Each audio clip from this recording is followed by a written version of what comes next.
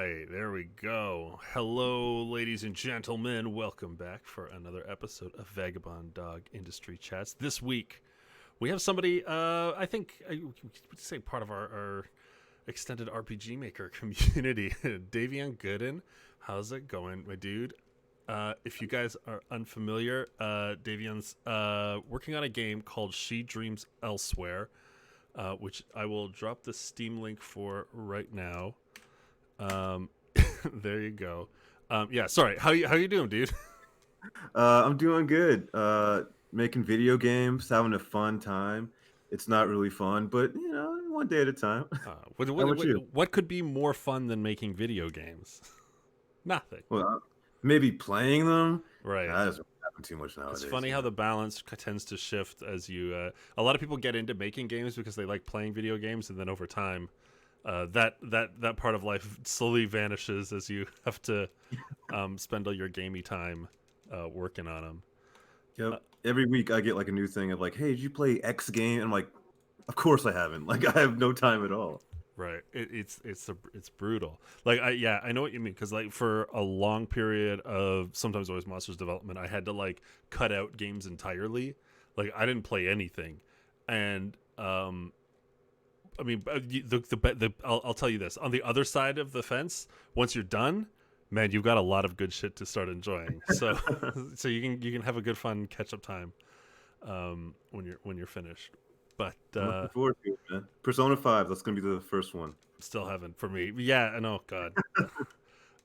But I mean, I can see why Persona is a much anticipated one. There are let's see, to give the audience a little bit of flavor on what your game is, I would say it is a very narrative focused, sort of traditional JRPG style game with a wild color scheme, um, a lot of like lo-fi aesthetic, and a lot of like introspection about character, emotion, and dealing with characters that have to deal with their own emotions, which is very interesting. You can expand on any of this if you want, but I played it again this morning. The demo that's available on Steam, you can grab it on the link I just dropped. I played the first time I played it was in the Steam, which was it, the Ludonarracon event, or was it a Steam? Was there another Steam event where you had a demo available?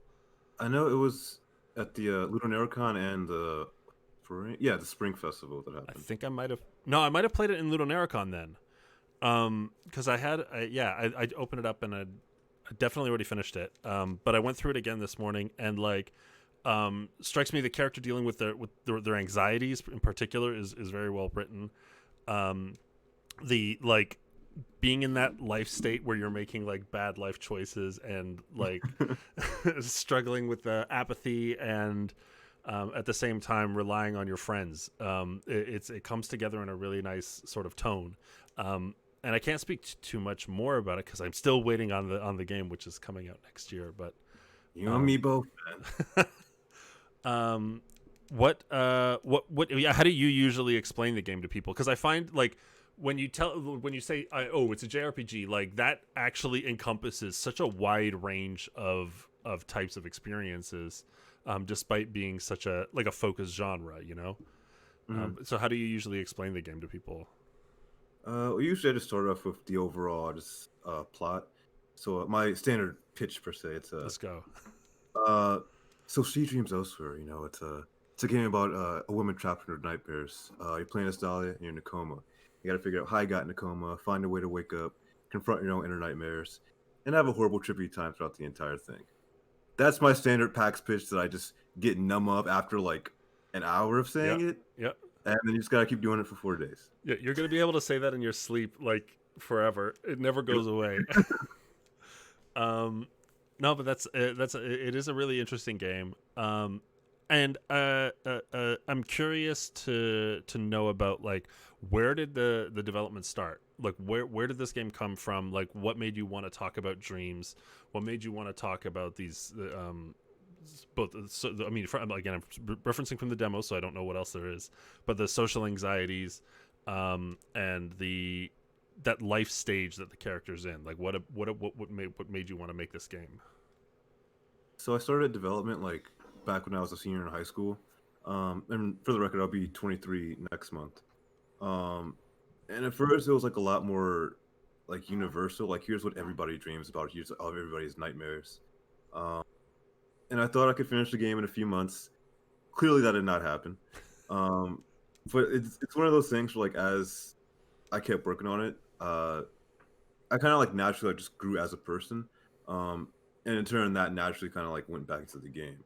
Um, like just for like a random example, like the characters, uh, when I first started, they were like in their like 18, 19, like that type of age, and versus like now they're like more around my current age, like being in their like early to mid 20s. Um, and even though it's like such like a small like gap of a few years, I feel like just so much has changed like in that time frame, both of like just you as a person, but also the world and how you kind of see things.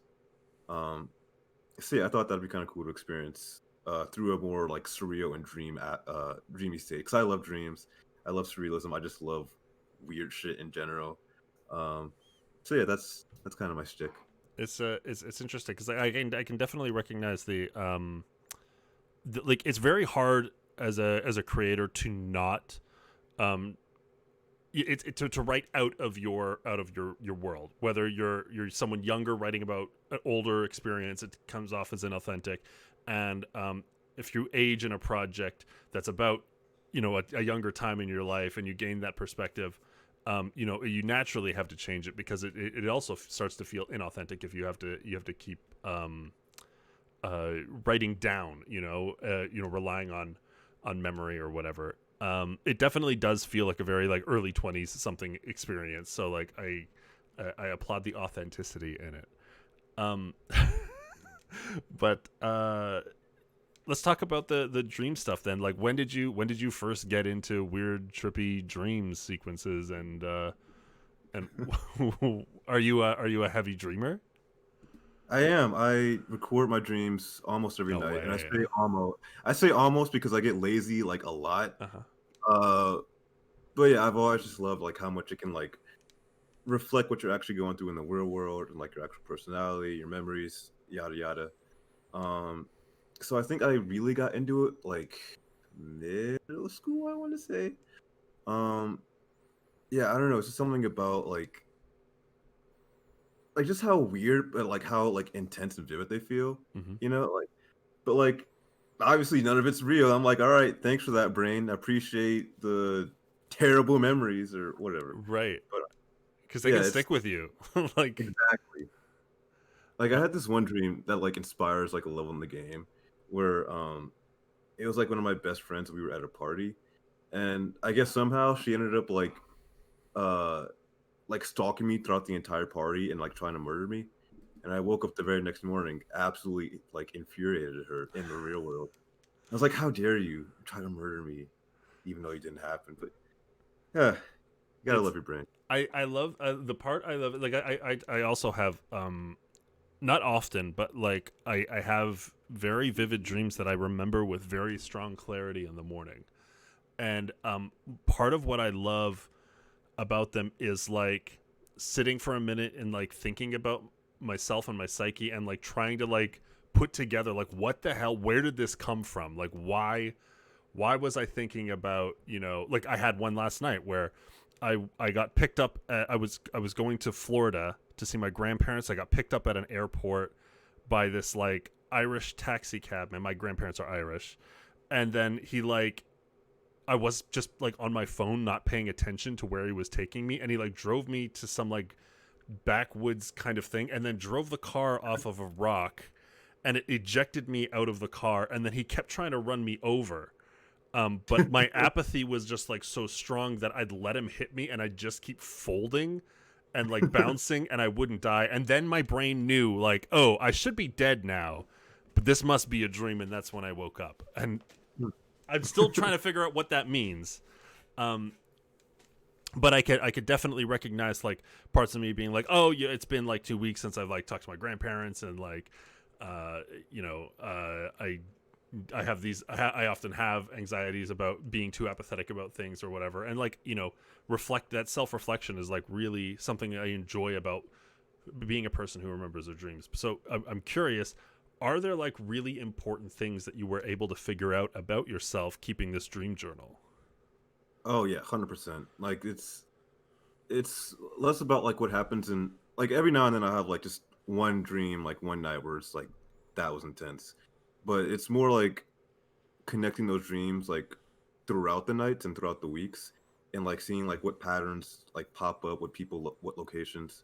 Um and I feel like having that over time element to it like that opens me out like a lot more to like actually like figure out okay like this is what's actually going on because like it's been going on for X amount of time now. So it's like, either you should analyze that, deal with it, or just acknowledge it, or just do something with it. But here it is. I was gonna ask if you've ever taken a significant action based off of the analysis of one of the dreams, and then I remembered you made the game. Yeah. Yeah, I kind of like one time I had a dream and I ended up spending 5 years in the real world, wasting my time making this horrible game. Why did I go to sleep early? No, that one night. Yeah, it's an interesting thing to think about all these dreams, and I'm curious to see how the game continues to explore them, um, and I'm looking forward to it. So again, it's coming out next year. Another thing that I really love about the experience I enjoyed in the demo is the music. Holy crap! Like it's not something I'm particularly familiar with having. JRPG style games, especially in like ambient scenes, having music with great ambiance and lyrics in them. Like these are full on tracks. Like, can you talk to me a little bit about this process? Like, where did that decision happen? And can you tell us a little bit about the musicians that you got involved with that produced these tracks? Yeah. First off, I just want to say like the music is like also one of my favorite parts of the entire thing. To the point where like it kind of just keeps me motivated. 'Cause I'm just like, man, like I kind of hate working on this game right now, but I wish people could hear this one track in this one area because it kind of hits. Um, but yeah, basically there's kind of like two sides to it all. So there's um my original composer, Mimi Page, who's absolutely amazing. She joined the project like I want to say mid 2016. Um, because like her agent, she found out about the project. They both reached out, and at first I was like, I get music requests like every other day Mm-hmm. to this day still. Um, but she was like, no, like I really love this project. It really means a lot to me. And long story short, we made a deal, and she's been doing all the original tracks since then. Um, so that's her part. And on the flip side of that, there's a licensed music, which is that like more vocally type stuff. And that comes from like the smaller like independent artists. A lot of them are like actual like friends of mine. Um, and in most of those cases, it's me just like reaching out and being like, "Hey, I heard this one track of yours sounds pretty good. It definitely fit a lot really good here. Can I use it?" And they'd be like, "Yeah, sure." So yeah, I just like I love Mimi's like more dreamy vibe mixed with like the license like more grounded vibe. And I don't know, I just think it works out pretty well so Right. far. What like why do you think it's so rare to have this kind of music in a JRPG style game? That's a good question, actually. Um, Like it seems like such a great fit. Like I immediately wonder why nobody's done it so well before. if I had to guess, I feel like a lot. It's just like just in video games in general. But I feel like a lot of times we're often like we see like a genre as like this, like one thing, like it must contain this, or like this has to be like this specific way, or else it's not gonna work. Um, it was actually another RPG Maker game that kind of got me off of that like vibe. And it was Space Funeral, if you ever heard of it. No. Um, oh god, you definitely got to play it. It's like this 1 hour, super short, super free game that came out like I want to say like in uh 2005 or some time ago. But basically in that game, like all the art looks like it was made in MS Paint. Like the music is like a mix of like this weird like psychedelic like British pop mixed with like these weird like ambient slash I'm not really sure what to describe it as. The gameplay is like pretty basic, pretty simple as far as like RPG mechanics go. And it's a case where like nothing in this game should work, and yet all of it does, and it's just, like to this day like one of the most like memorable and just one of like the strangest RPG Maker experiences I've had. Well, honestly, in all of video games, I would say. Okay. And all just because like it just went out the box a little bit. Nice. Speaking of RPG Maker, this is an engine that is near and dear to myself and most of the community watching right now. I guess first off, what turned you on to RPG Maker, and we'll get into the details. So we'll start there. What turned you on to RPG Maker, and why did you decide to make a whole game in there? Well, funny story. It's because I started using it when I was in 5th grade. This is actually like, yeah, it's actually my 10th year anniversary using RPG Maker this year, which is really insane to say that out loud. But yeah, I was a kid, didn't have no clue what I was doing, but I kind of wanted to make some video games. My first one was called Last Fantasy, which is like, Right. I don't know what I was thinking. But yeah, I just kind of kept using it throughout the years, making games. Most of them I kept to myself. Most of them are also pretty trash. But yeah, I just kind of kept doing that, and eventually, once Cheat Dreams Elsewhere kind of came around, it was like, okay, I want to make an actual like full-on like commercial title. Mm-hmm. But also, I had no clue how to use any other engine. So there you go. Bro, that's like literally the exact same story with me. Like no joke. Like what? How old are you in grade 5? Like grade 5, you're like 13, 14, 15, right? Like Yeah, pretty much. yeah, exactly the same thing happened with me. Like I messed around with RPG Maker, then made some fan games, and then when eventually I wanted to make my full game, we like tried some other stuff, but I was like I literally didn't understand anything, but I knew this tool.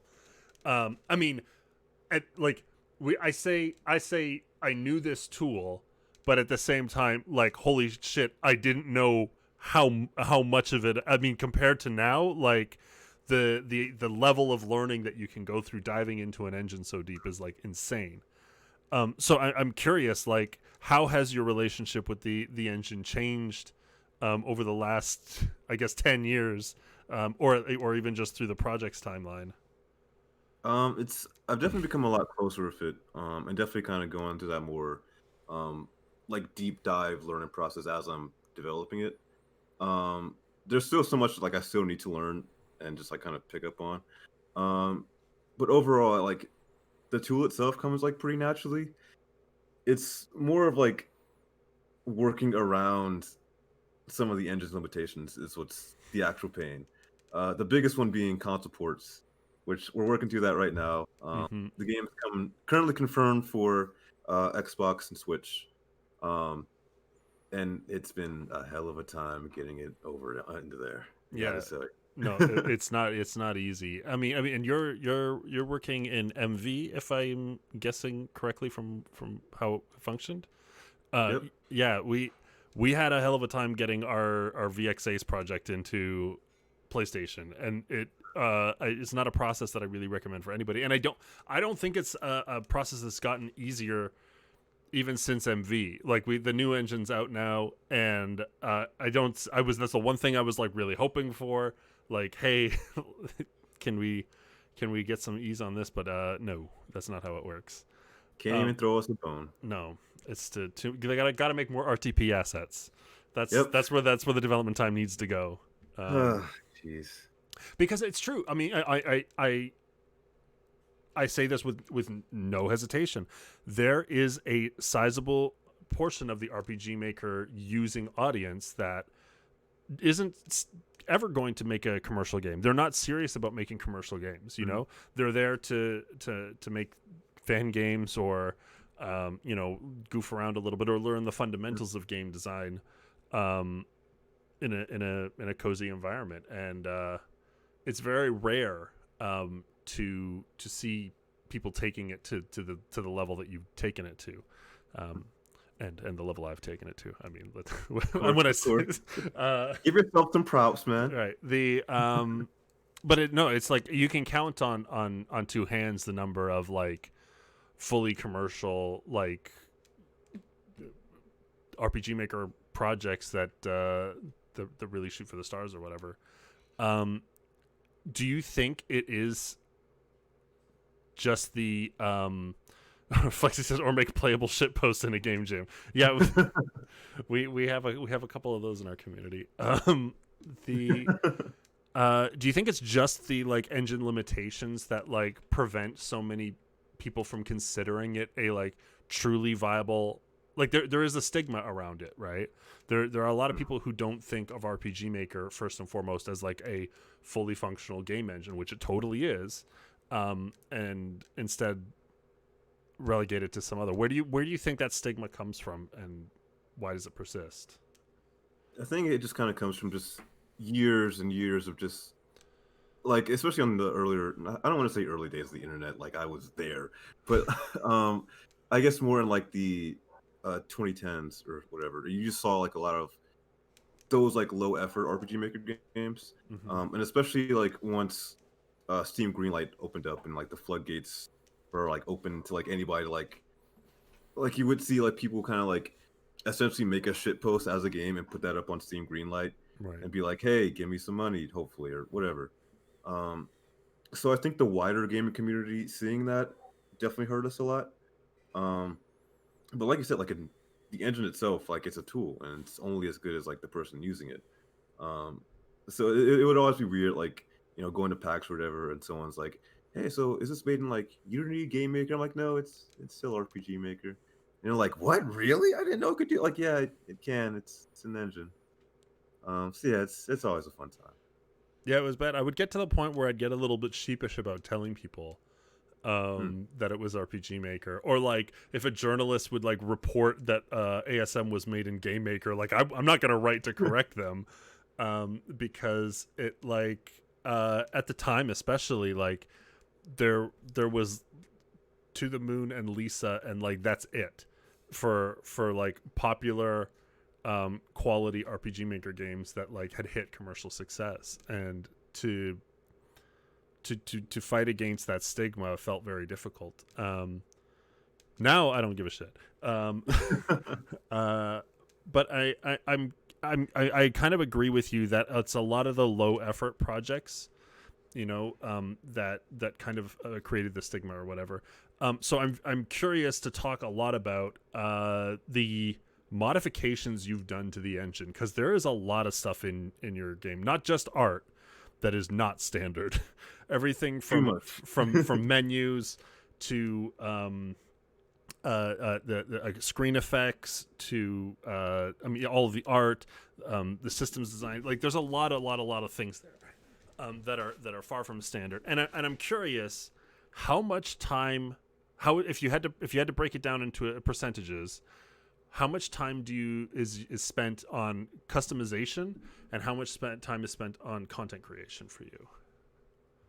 That's a really good question. So as far as like customization, I'm trying to pull up my lists of plugins that I use for my porting. I want to say the actual number is like well over like 100 at this point, as Nice. far as like plugins and like other modifications.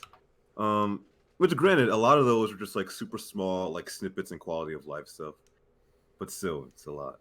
Um, so yeah, a lot of that customization came more in the earlier years of development. Mm-hmm. Just kind of like naturally as I kind of kept working on it and polishing it. And there's still a lot of stuff that I need to do still. Like a lot of stuff in the demo is like pretty outdated at this point. Like a lot of What do you UIs. mean? What do you mean it's outdated? Compared to what? I don't know, like what's like actually in the build right now. Gotcha. Like Okay.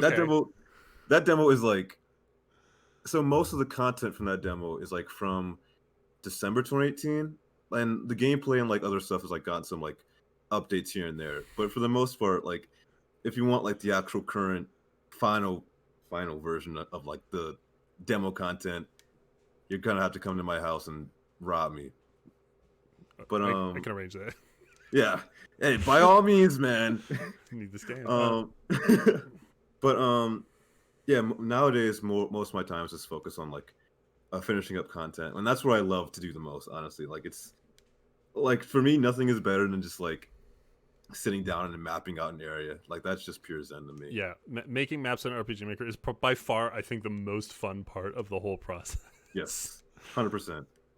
Well, it makes total sense that you spend more time early in the project doing engine customization and tweaks, and more time later in the development building content. Just because that's the way it works. You build your framework and then you tell the story within it. Mm. It doesn't really surprise me. What were some of the most challenging changes that you made to the engine and how it works? It's like less. I would say the biggest one was like actually like switching engines. Because I started it in VX8, but then I switched to MV in like April of 2017. I want to say. Wise. Yeah. And at that point there was like a tool to like convert like your actual like game data over to MV. Um, so most of it was like over in like a weekend, but it was still like the whole like the bigger visual change, like the whole like battle UI and some of the systems in there. Like none of that was there from the get go. So that took me a little bit to kind of either make it myself or like find a replacement, or months later like a new better alternative would come up that I would use. Um, so yeah, it's just like stuff like that. It's like so that was a big one, and also just making like those little optimizations like to this day, which is still something that that's gonna be a hell of a time these next few months. Now, when you say a better alternative came along, do you mean it is like fundamentally better, or is it something that you like more? Pretty much both. Okay. Uh, I How think many of the changes are getting it to match your taste versus getting system wide like improvements? um, it definitely depends on like what point of development. So at this point, like it's all about like we're close to the finish line. Like it's all about like finishing what you got and improving that and not adding anything else. Um, but in that more experimental phase, I was doing a lot more like just playing around different systems and mechanics. I think the biggest and like latest change I made was uh, it was like a good few months before the demo went live on Steam a few years ago, and um, there's this content creator in the community named Olivia. I'm not sure if you heard of her. She's really dope, and she came out with essentially a battle system that plays a lot like Octopath Traveler and like Final Fantasy X. Um, and I was like, wait, these mechanics they're slightly different from like what I have currently, but they're different enough to where like it's exactly what I wanted from like day one. So I was like, all right, I'm gonna drop that Yanfly plugin. I'm gonna get this one. I'm gonna have a hell of a time, customizing it to get it to where I actually want it to be. But I know in the long run, it'll be like a change for the better. Coda recognizes the name Fallen Angel Olivia. Yeah. Right. Um, yeah. I apologize if I double asked this question already, but like, what was that? Was that one of the hardest changes to make in the game? Is the combat system? Because I've never used RPG Maker's combat system at all. Like I avoid it completely. It's like Good choice. It's funny you bring that up because like I did like a personal playtest earlier this week with the battle system, um, and going back to what I said earlier in the interview, where it's that time of development where like all the balls are up in the air and like everything is like starting to finally fall. That was one of those elements. I'm like playing the battle system and I'm like, damn, there's a lot of work to be done here. And but is it finally hitting that point where you're happy with it? Yeah. Like mechanically, it's there. It's more of like getting into the actual like balancing and like fine tuning of it all. Yeah. That's from like, damn, like because I am like really bad at math in general. Like I had like C's and D's when I was in school, and yet somehow I'm making a video game. I'm not really sure how that happened. So stuff like balancing and like stat allocation, like figuring out like what skills you should be getting at a specific point in this, like it's very time consuming and it's a lot to think about. So props to you on not even dealing with Yeah, I didn't do it because I also got C's and D's. Um, it. um, but one of the things that I like about your combat system, I don't know, correct me if any of this has changed in the final version, but you don't have random encounters. Everything is scripted encounters. Like there are definitely like passive encounters in dungeon-esque environments, but they're all controlled. Um, can talk to me about that decision. I've had some very very heated conversations about the merits of either system. Well, for me, it was a mix of both just like developer like pride to what's the word I want to use. It made it easier for me as a developer, as Okay. especially as one who didn't know what he was doing. But also as a designer, it gives me that much more control of how I want to like design encounters and like pace out a level. Because in the game too, like your health and SP, that's like all restored at the end of like every single battle. Enemies, they don't really like respawn or do anything like that. Um, so as someone who like comes from like a filmmaking background where there's like a lot of like control in that medium, like I appreciate having that same level of control when it comes to actually designing levels and like the actual battle system, if that makes sense. No, it does. So uh, do you ever like? Are there any significant downsides to pursuing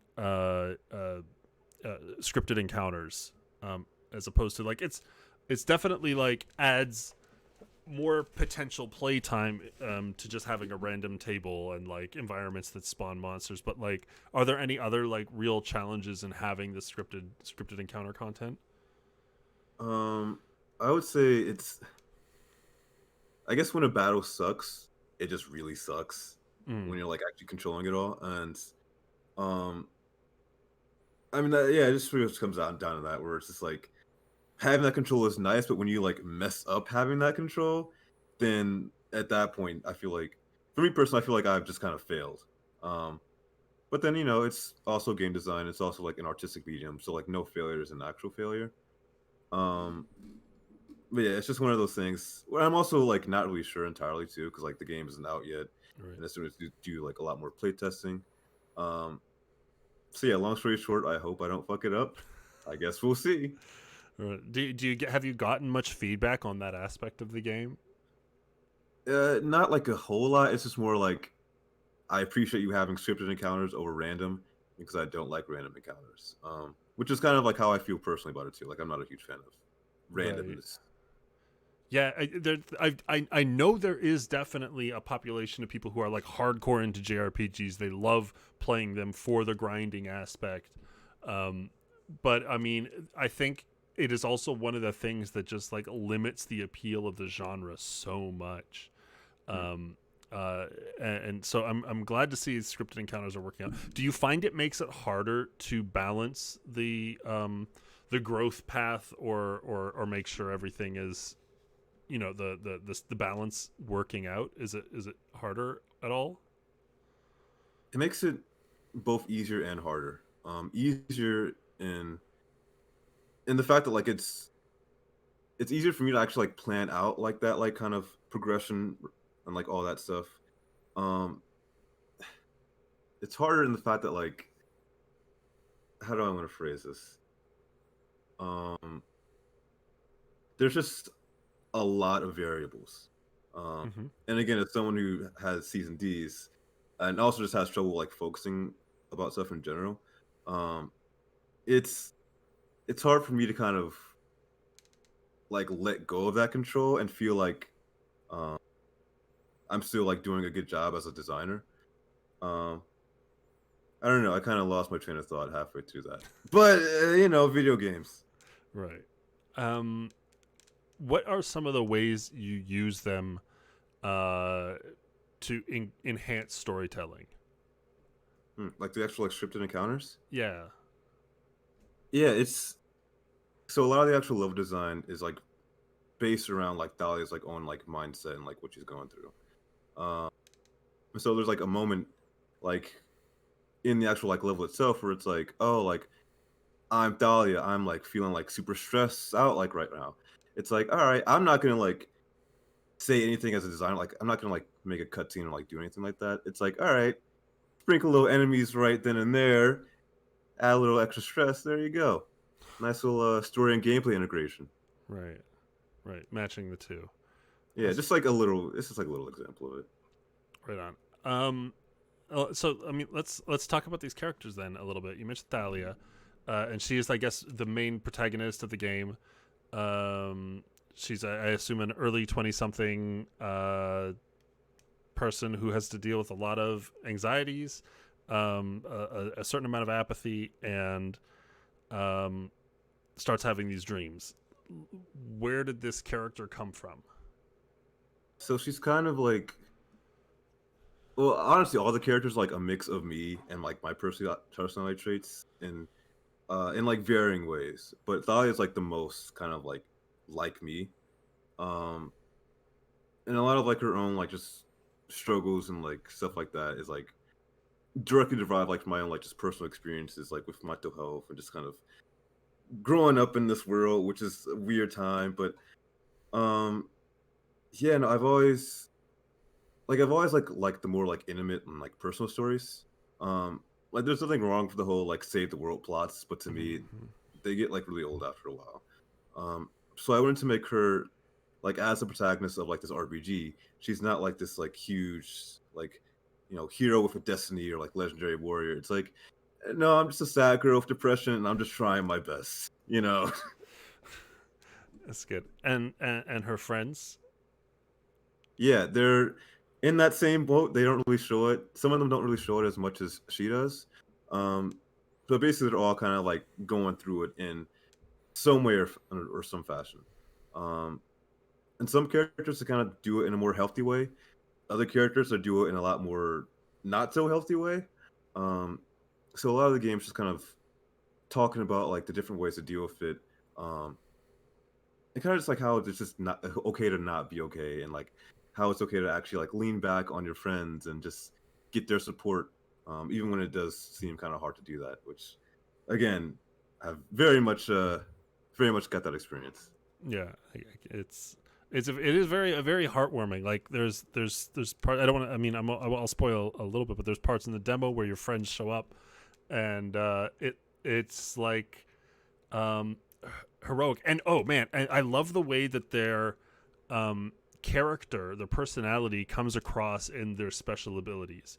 It's like one Mm, of those things that like only RPGs really have the ability to do, mm, but you do it really well. Like Oliver's got these like nice supportive um, special abilities, and Ami is Ami or Ami. I don't. It's a text, so I don't know how to pronounce her name. But Amiya, yeah, Amia, she uh, yeah, she's a lot feistier, so she's got a lot of like these a very aggressive like silence ability is called shut the fuck up, and like it's great. It's great. It really like it humanizes the what would have otherwise been just like stat debuff A, stat boost yeah. B, right? Like adds a lot of flavor to it, and I think it's a really good job. Um, but I'm also curious to talk a little bit more about the visual style you've gone for. For those who haven't seen it yet, I'll drop the link one more time actually, so you can go and look at some screenshots while I talk.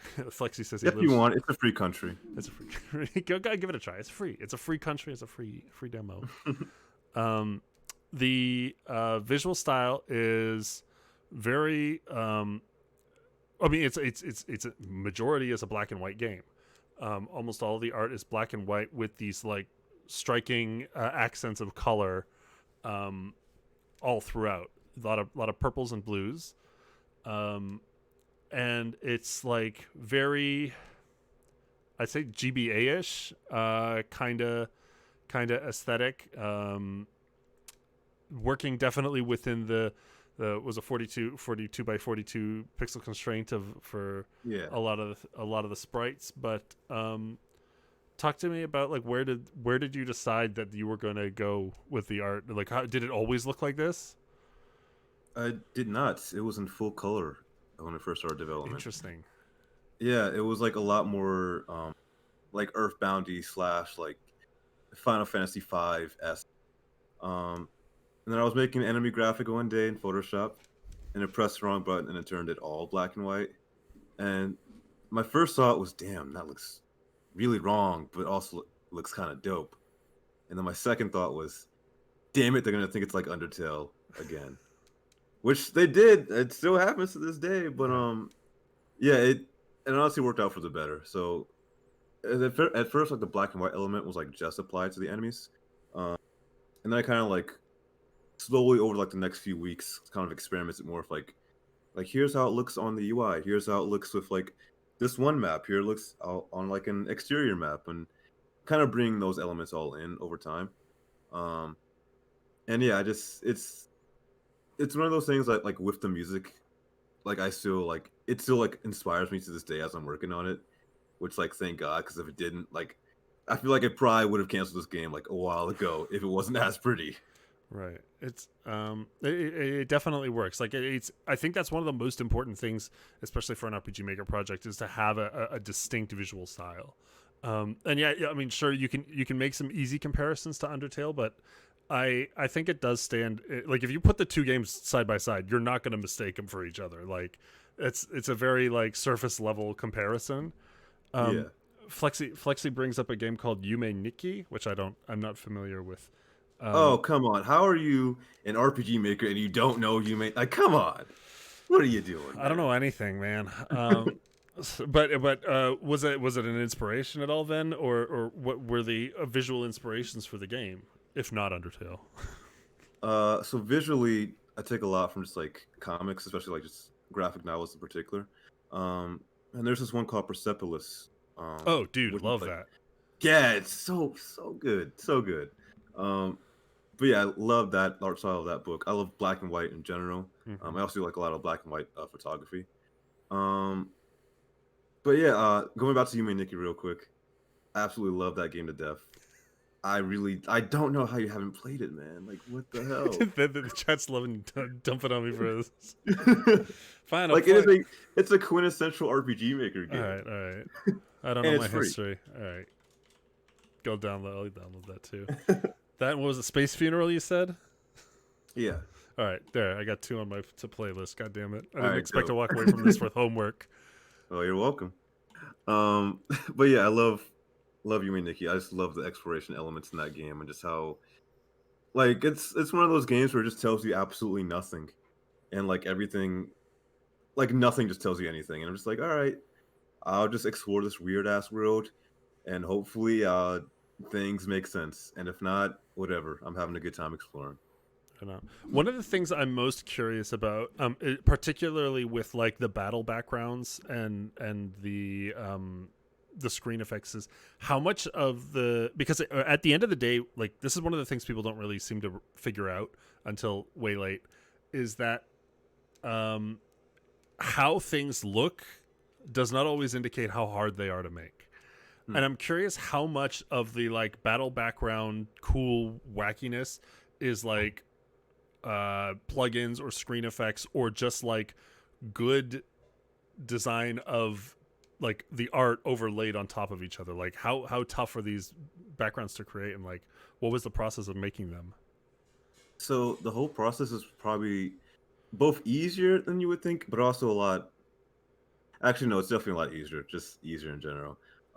So for the people in the RPG Maker community who know, I use a lot of Mog Hunters plugins, um, and he has a great one that actually does like allow you to mess around with the battle backgrounds. And basically, what I do for a vast majority of them, at least from the foundation, is that you have like this the one image like in the background, just like completely static, and you have like that same image overlaid on top, scrolling either diagonally or horizontally, or just scrolling in some direction.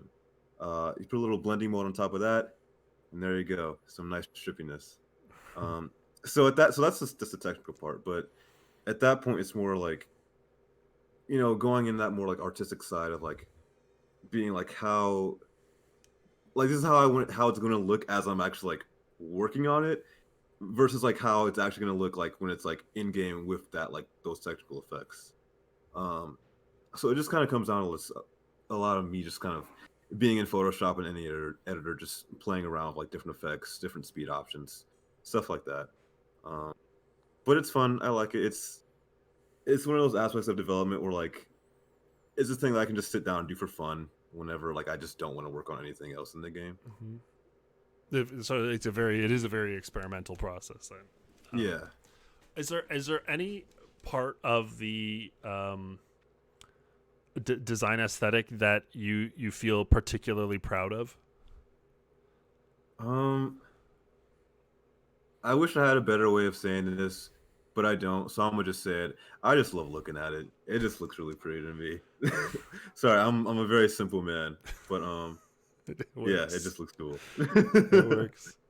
And then we'll talk a little bit about the sprite work itself. These are tile set based maps. Mhm. Yeah. Okay. Just I don't know. Yep. How did you find the process of building tile sets? I've started doing my first one, and it's been very interesting. It's a fun time. So I also don't have like a lot of like actual like artistic background. A lot of that was just kind of taught myself. Um, so it's been one of those things where, like when I first started making pixel art, it was all just terrible. Um, and it's only gotten a little bit better since that time, but it's just kind of a case of just like being there and just like doing it and putting in that work. But also like not being afraid to like just use like stock assets. Um, like for instance, like a lot of like the base art style, like post black and white conversion, that's like based off like the Time Fantasy asset pack. Um, so I just took that and I just did God knows how much mangling of it to get it to where it is now. Um, but yeah, I kind of like working with like those static assets and kind of like kit bash them and like making something new out of that. Um, which I think kind of comes from just my old like theater slash low budget filmmaking style of like I have nothing, so I'm gonna try to make something out of that. You know? Right. No, it doesn't. Yeah, it's crazy because I mean, whatever you have done to these assets, they are definitely don't look standard anymore.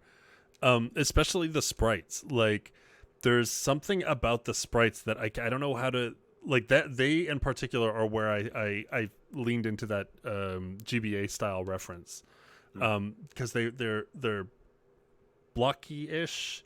They're not stuck in the 42 pixel frame. What was that process like? Where did you just draw all of these from flat, or where did they come from? Yeah. So the Time Fantasy asset pack they have like both like the actual like like default character assets, but they also come with like an actual like template. So a lot of those sprites are just built from the template itself. Um, and most of like the main character sprites like in that demo, they've all been like a lot of those are just like placeholders at this point. Like they're all like final and in their pretty final versions, which you will be seeing more screenshots in the coming weeks slash months. Hype, Hint, hint, wink, hype, wink. hype, hype. Um, but yeah, I still feel like kind of one of the big considerations with this art style where I have an idea or I have a design for this character, and it's like translating like that into that like big blocky express like not super expressive style, but also keeping it readable too because it is like in black and white and like even though like the characters themselves are like in they pop out in blue, it's not a lot to work with. So it's still one of those things where I'm still like improving on that aspect, but I just take it one day at a time. Right. Yeah, like I guess at some point once you've made a certain number of creative decisions, you have to like ride or die with it and like deal with the limitations. Just like picking RPG Maker as your engine, you've got to Yeah. like stick it out and endure them. Um do you see yourself staying with this style beyond I assume you intend to continue making games after this one. We'll see about We'll that one. see. We'll see. I mean, Okay. I've always been saying this throughout the years, but I think deep down in my heart, I know that I'm probably going to make another game. But I think it's also just been a case of like, I've been working on this one for close to 5 years. Yeah. I'm so tired, man. I Yeah. need a break. I know that Um, feel. but if I were to keep making games, I think I would probably experiment more with like the broad picture like outlook of like the art style, like the black and white element, the more graffiti or hip hop inspired elements, stuff like that. Um, but as far as like the GBA pixel art type of thing, uh, I really honestly we'll see. I'll cross that bridge when we get there. Do you think you'd use RPG Maker again? Yes, but maybe not necessarily for a commercial title. Interesting. At least not for a commercial title that I'm trying to port and release day one on consoles. Oh, buddy, that is a Yeah, wild decision to me. no, Talk, I talk to me know. about that. Like, what made you? I mean, like, I know everybody wants to be everywhere all the time, but like, what made you want to commit to consoles at launch? Well, I think it was really Xbox when they came to me with the Game Pass deal, um, and one of the what's the word I'm looking for? One of the requirements of that deal is that like, hey, you got to release like day one of like your like regular like PC versions, and I was like, okay, cool. Um, and I talked about this aspect a little bit in my GDC talk, but essentially what they did at Microsoft, they gave me like a little bit of like an upfront fee, and that kind of essentially paid for like those ports and doing all of that stuff. Um, so it was like nice to like a be on consoles, b have the money to actually support the porting process, Mm-hmm. c have money to actually finish the game itself. So yeah, oh, that was dope. But like, a year later, looking back on it, I'm like, why did I do that? Like, I just made so much extra work for myself. Right. And that was back then. And now Switch is now a day one console too. There's other stuff that I can't talk about, but like, it's like I feel like in the long term, it's a good decision. It's just there's a lot of short term pain, Right. but we'll get there. And hopefully, I can share all of my knowledge, at least as much knowledge as I can share after the game comes out with how we did it too. I'm excited to see because I've never had the balls to like go ahead and like commit to a multi-platform release on any of my projects yet. Like it's something that like I'll be like, okay, I mean, like we've had Sometimes Always Monsters out now for over 6 months and we're still not even on Mac. Like, but like I'm just like, we'll get to it when we get to it. Like I want to do other stuff right now. Mac is also going to be day one. But I mean, at least so you made a very good call early on in switching to NV. Like, Yeah. I could not imagine doing this with a VX8 engine on for day one. That's insanity. Yeah, no, at that point, the game would just be canceled. It's over. GG's. Okay, it's good. Here's some screenshots and the fun memories. Um, what I'm very, very curious, and I'm sure a lot of the audience is very curious. How are you going about these ports? Like, I mean, you don't have to divulge all your secrets, but like, how are you getting this done? It doesn't seem humanly possible. Are you inhuman? Are you Robot Man? I guess we'll gotta find that out when I'm dead or whatever, which hopefully is not soon. But anyway, so shout out Whitethorn Games. They are my porting house. So initially they reached out to do actual publishing, and then I was like, y'all seem really great to work with, but I was like looking at like what all I would like want out of a publisher, Mm-hmm. and it turns out it was really just the porting. So I went back to them. I was like, hey, I just need porting, and they were like, all right, we can do that too. So yeah, now I'm working with a team of right now it's like 2 full-time engineers who like just started a few weeks ago. Um, so they're working on that, building it back up in Unity. And then there's also an additional, I want to say 3 or 4 extra engineers that'll be like coming on like more as when it comes time to like actually get it on the specific consoles. Wow. But Bring the troops. right, yeah. But right now we're just focused on like getting the whole thing rebuilt into Unity, which don't do that. Just don't, especially when you haven't finished the game either, which Right. is a whole other issue. But we're hanging in there. What? So when you were approached for publishing talks, like what made you want to stay independent? So I've always been more of like a do-it-yourself person, like in general.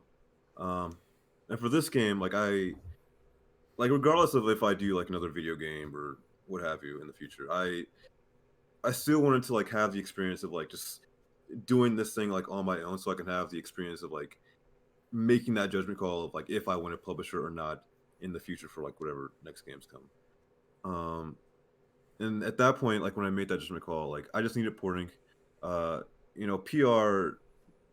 At that point, I was doing a lot of it like um just bootstrapping it, and it worked out okay. I don't recommend doing that like forever.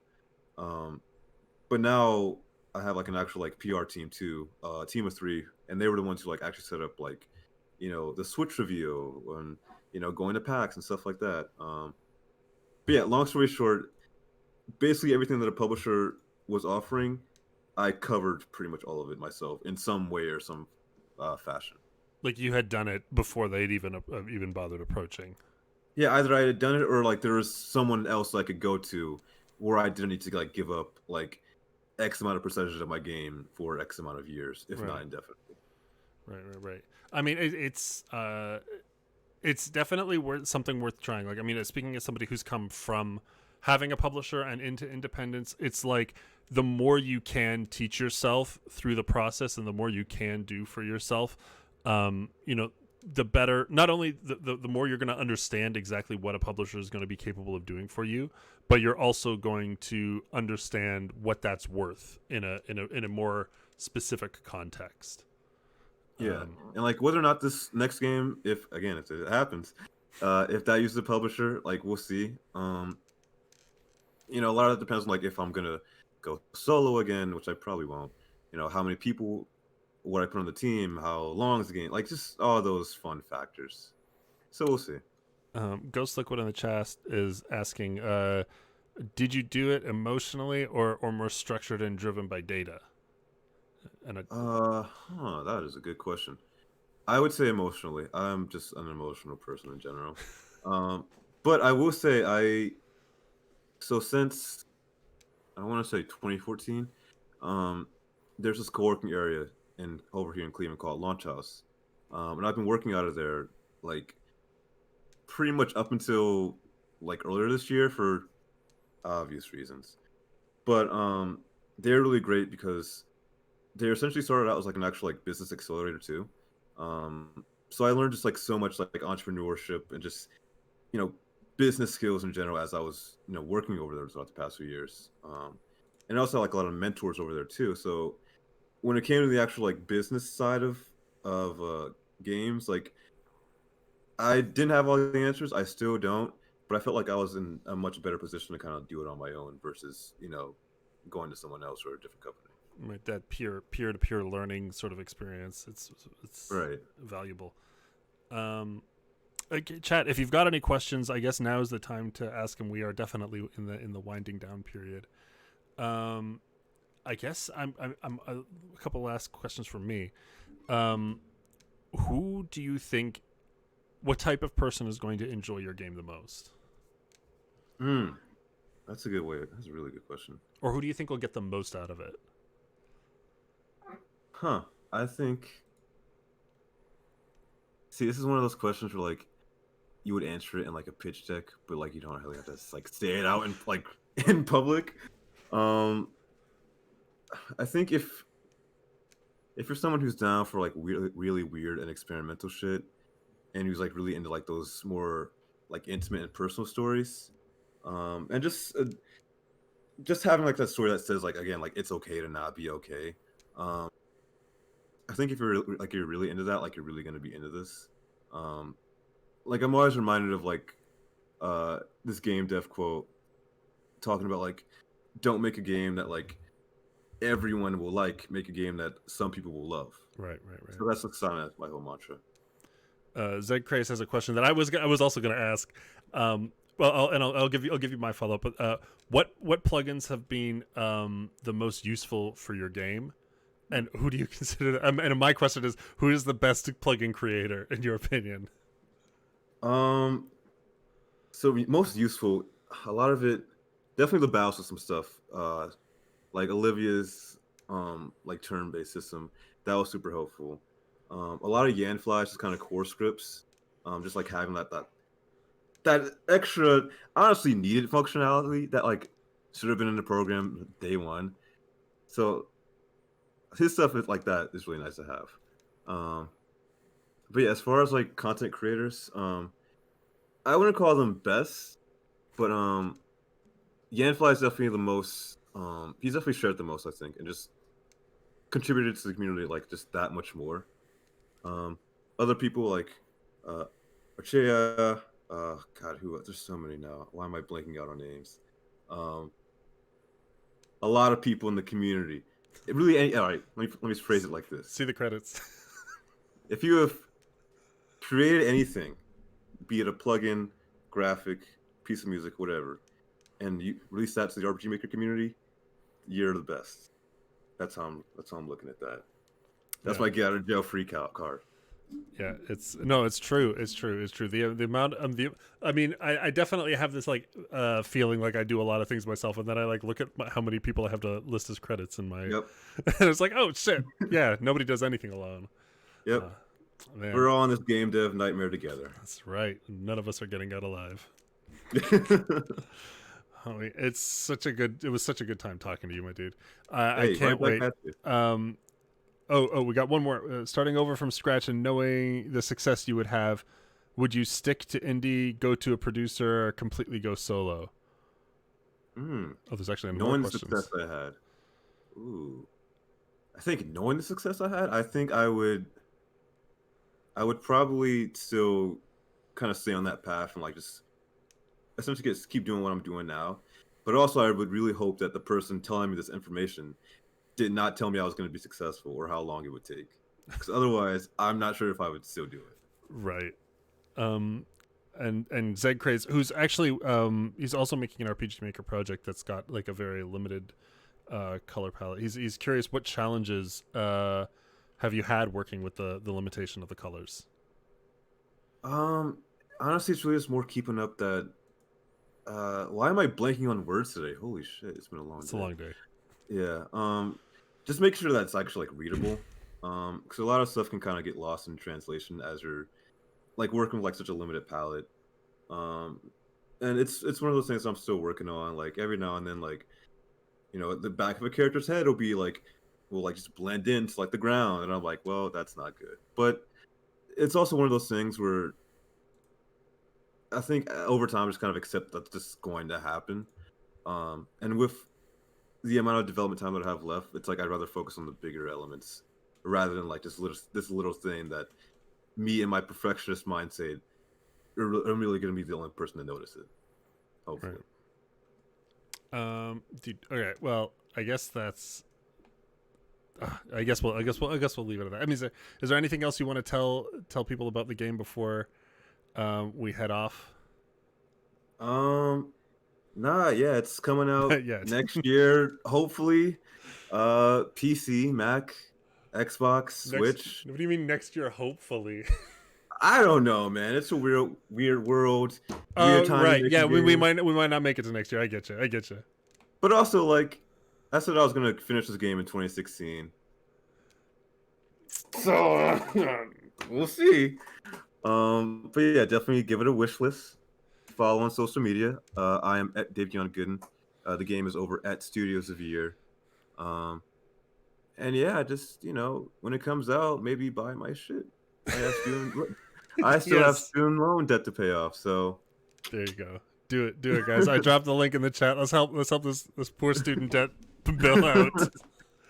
All right. I'm gonna throw it to the thanks for watching, dude. Thanks so much for coming on. And then we are going to raid Divine Dev today. I think is the only one working on my list right now. So we'll go there and mess around with some Unreal stuff. Thanks all for watching, and thanks you again for coming on. Thanks for having me, man.